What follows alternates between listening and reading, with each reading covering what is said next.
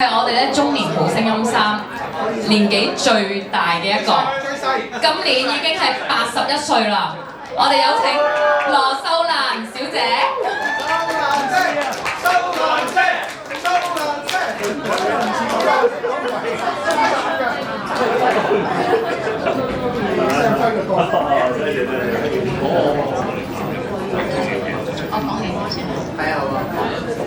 今日真係好特別高興啊！阿 Karen 同埋 Eric wedding anniversary 係好恭喜佢哋咁甜蜜，咁相親相愛，我係祝福佢永遠幸福。我今晚唱呢首歌咧叫做《第二春》啦，中文名，希望你會，因為當日咧佢問我攞歌嘅時候咧，我真係想唔到佢唱乜嘢歌。我話唱 The Wedding 咧，咁樣 Karen 就話 The Wedding 唔好咯，我唔係結婚咯。佢話，我問你可唔可以同我上一首咩歌俾我唱咧？佢點講啊？佢話我想俾你唱，但係你又唔知點唱喎。咁不如你自己你唱你拿手嗰首歌啦咁講。我拿手嘅歌我都冇啊，咩拿手嘅歌？不諗下，後來多咗幾日之後，我就打電話同佢講，我話好唔好唱《叮當 Song》？叮當 Song 係好耐以前嘅歌嚟㗎。咁咧佢就話：你中意唱就一定係好㗎啦，叮當 Song 都幾好嘅。因為呢套戲咧係《The World of Susie Wong》嗰個插曲啊，我記得係好多年前。咁中文名咧就係《雕蟲》，咁啊我諗適合啦呢首歌。